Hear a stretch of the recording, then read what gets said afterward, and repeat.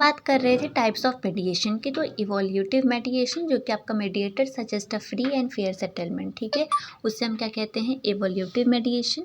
फैसिलेटिव मेडिएशन क्या होता है, फैसिलेट टू द कन्वर्सेशन, जो आपके कन्वर्सेशन को क्या करता है, आगे बढ़ाता है, उससे हम कहते हैं facilitative मेडिएशन। Transformative मेडिएशन, identifying opportunities for empowerment, ठीक है, वो लोग क्या कहते हैं कि मतलब आइडेंटिफाई करते हैं और भी अपॉर्चुनिटीज़ कि कैसे केस को सॉल्व किया जा सकता है, कैसे नहीं किया जा सकता, उसे हम कहते हैं ट्रांसफॉर्मेटिव मेडिएशन। मेडिएशन विद आर्बिट्रेशन एक होता है ऑनलाइन मेडिएशन, मतलब आप ऑनलाइन तरीके से कर सकते हो, ठीक है। चलो एक एक करके मैं समझा देता हूँ क्या क्या होता है सारी चीज़ें। तो इवोल्यूटिव क्या होता है कि active participation of the mediator, ठीक है। इवोल्यूटिव में क्या होता है कि आपका एक एक्टिव पार्टिसिपेशन होता है, क्या होता है, एक्टिव पार्टिसिपेशन होता है, ठीक है। फैसिलेटिव में क्या होता है, फैसिलेटिव में आपका passive participation, only providing a platform for the conversation, ठीक है।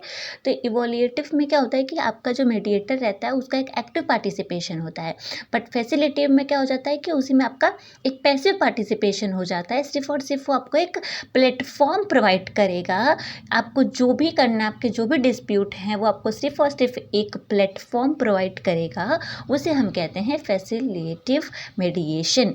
ट्रांसफॉर्मेटिव क्या होता है कि आइडेंटिफाइंग अपॉर्चुनिटीज़, ठीक है, आपका एक अपॉर्चुनिटीज़ वो आइडेंटिफाई करेगा कि और किस तरीके से आपके केस जो हैं वो आपके जो डिस्प्यूट है वो अच्छे से सॉल्व हो सकते हैं, उसे हम क्या कहते हैं, transformative मेडिएशन।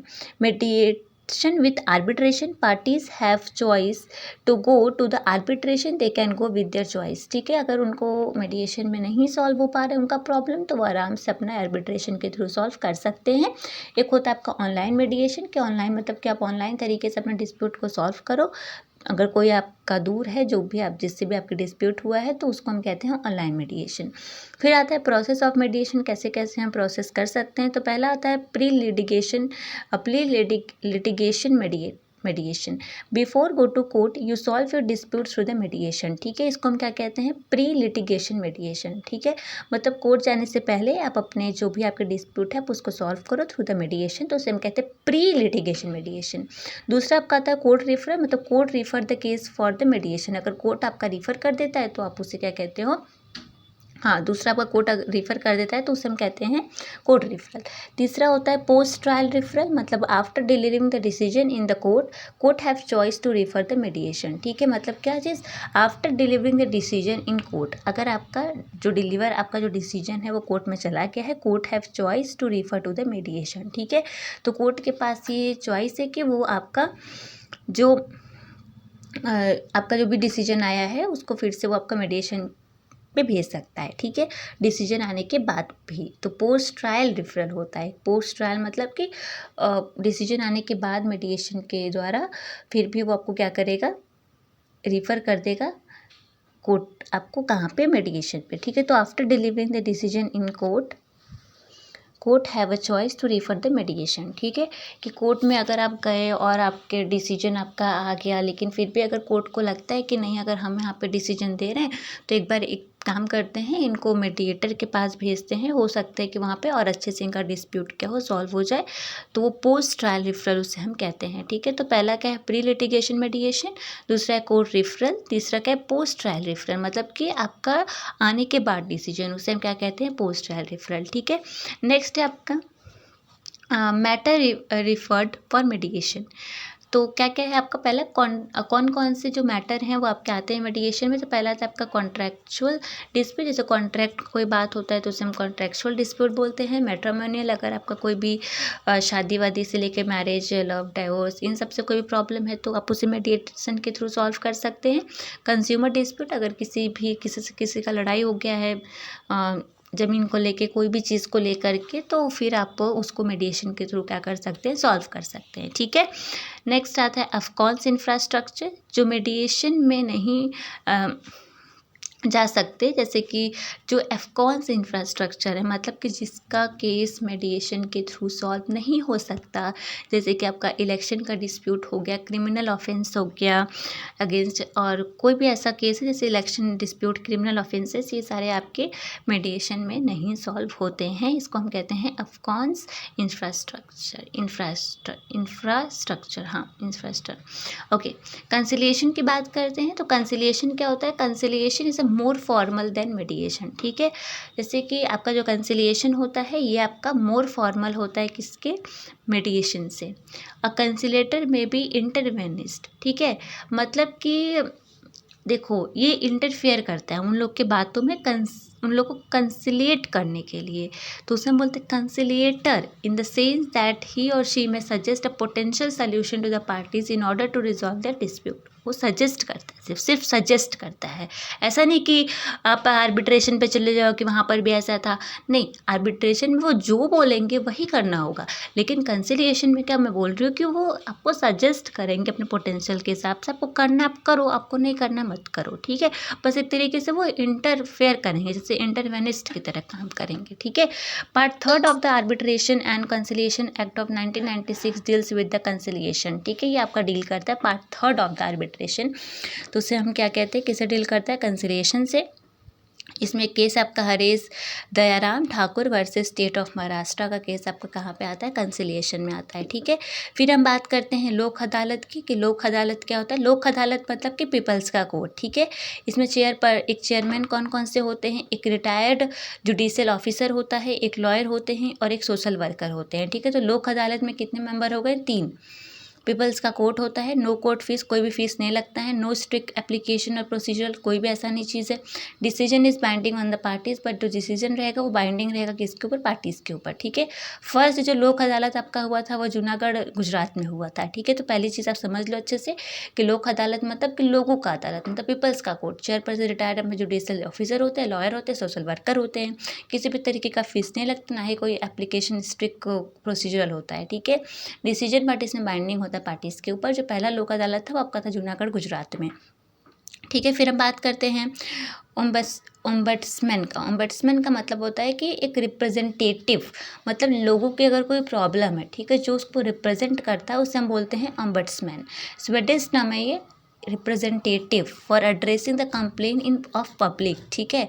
Central vigilance commission setup in the recommendation of the Sanatan committee, ये आपका किया गया था, ठीक है। तो समझ लो इसका मतलब क्या है ओम्बड्समैन का, कि रिप्रेजेंटेटिव जो कि पीपल के प्रॉब्लम को क्या करेगा? रिप्रेजेंट करेगा, उसको हम क्या बोलते हैं? ओम्बड्समैन। फिर आपका आता है लोकपाल और लोकायुक्त।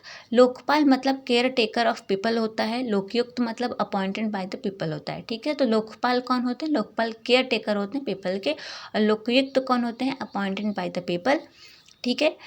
तो एंटी करप्शन को, जैसे कोई भी करप्ट अगर कर रहा है तो उस चीज़ का क्या करते हैं? केयर टेक करते हैं लोकपाल लोकायुक्त, ठीक है। Lokpal and Lokayukta act 2013 applies on the public servant in and outside India, ठीक है। लोकपाल में जो चेयरपर्सन होते हैं वो मैक्सिमम आपके होते हैं 8%। कितने होते हैं? 8, ठीक है। तो दैट्स ऑल फॉर टुडे। तो ये हमारा चैप्टर था जो आपका एडीआर था, ठीक है।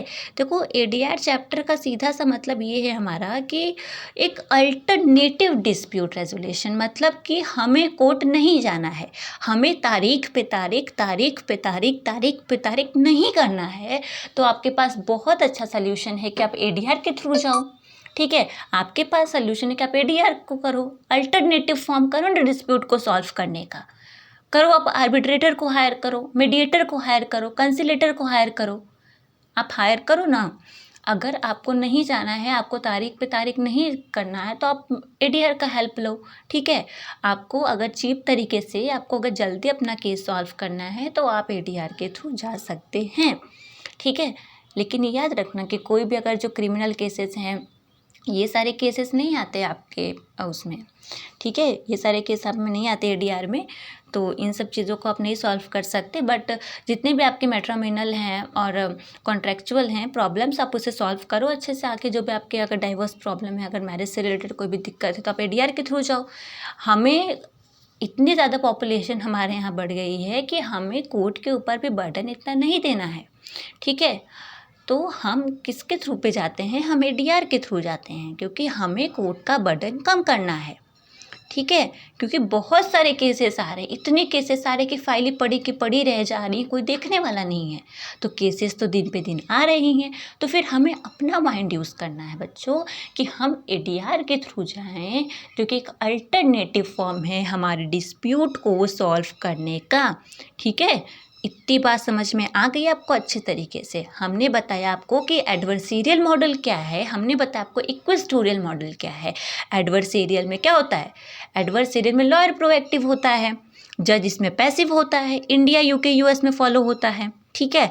एक इनइक्वेस्टोरियल में क्या होता है, इनइक्वेस्टोरियल में जज यहाँ पे प्रोएक्टिव हो जाता है, लॉयर यहाँ पे पैसिव हो जाता है। ये कहाँ पे फॉलो होता है, यूरोप में और रशिया में फॉलो होता है, ठीक है।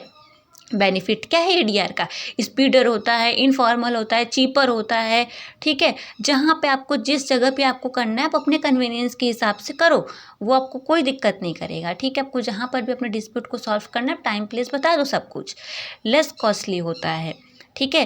क्योंकि हमें जस्टिस जल्दी चाहिए, because delayed justice is justice denied, okay. हमने बताया आपको कि कौन कौन से टाइप्स ऑफ ADR हैं। आर्बिट्रेशन, आप आर्बिट्रेटर को हायर करो, ठीक है। ये आपका अवॉइड बाइंडिंग होता है पार्टीज़ के ऊपर। अगर आपको ये नहीं करना तो आप मेडिएटर को हायर करो, ठीक है। मेडिएटर को आप हायर करो। फिर मैंने आपको बताया कि टाइप्स ऑफ आर्बिट्रेशन क्या क्या है, डोमेस्टिक है, फॉरेन है, एडहॉक है, ये सारे हम चीज़ें डिस्कस करे थे, ठीक है। मीडिएशन क्या होता है, मेडिएशन पार्टी जो है वो थर्ड न्यूट्रल पार्टी को करता है। फिर हम बोलेंगे कि मेडिएशन और आर्बिट्रेशन में क्या डिफरेंस है। आर्बिट्रेशन का जो अवॉर्ड है वो बाइंडिंग है पार्टीज़ पे, मेडिएशन में ऐसा कुछ नहीं है, ठीक है। मेडिएटर में ऐसा कुछ भी नहीं है, बट वो एक तरीके से लेस फॉर्मल है as compare to the arbitration, ठीक है। फिर मैंने बोला कि अगर आपको ये नहीं करना तो आप ठीक है आप कंसिलेटर को कर लो। कंसिलेटर जो है वो मोर फॉर्मल है किसके, मेडिएशन से, ठीक है। मोर फॉर्मली मेडिएशन से कंसिलिएशन, ओके। कंसिलेटर सिर्फ एक तरीके से इंटरफेयर करता है, इंटरवेनिस्ट होता है। वो आपका सिर्फ और एक सजेस्ट करेगा पोटेंशियल सोल्यूशन कि आपको ये करना है कि नहीं करना है। ऐसा नहीं है कि आपका ऐसा अवॉर्ड बाइंडिंग रहेगा पार्टीज़ के ऊपर, ऐसा नहीं है। वो बस एक इंटरवेनिस्ट की तरह काम करेगा, आपको सजेस्ट करेगा, जो भी आपका पोटेंशियल सोल्यूशन आपको देना चाहेगा वो आपको देगा, ठीक है। कंसिलिएटर आपको कंसर्न करेगा। लोक अदालत, मैंने बताया कि लोक अदालत आपको पीपल का कोर्ट होता है। इसमें आपके सिर्फ रिटायर्ड जुडिशियल ऑफिसर होते हैं, लॉयर होते हैं और एक सोशल वर्कर होता है। इसमें किसी भी तरीके का फीस नहीं लगता है, किसी भी तरीके का स्ट्रिक्ट प्रोसीजरल नहीं होता है, डिसीजन बाइंडिंग नहीं होता है। फर्स्ट लोक अदालत तब का आया था गुजरात जूनागढ़ में, ठीक है। फिर मैंने बताया कि ऑम्बड्समैन कौन होते हैं। ऑम्बड्समैन एक स्वीडिश टर्म है जिसका मतलब ही रिप्रेजेंटेटिव है। बहुत से बच्चे अगर MCQ में आता है कि what is the meaning of the ombudsman, what the term meaning ombudsman, it's meaning is representative, ठीक है। रिप्रेजेंटेटिव होता है। लोकपाल कौन होते हैं, Lokpal care taker of people होते हैं। लोकायुक्त कौन होते हैं, जो लोग उनको अपॉइंट करते हैं।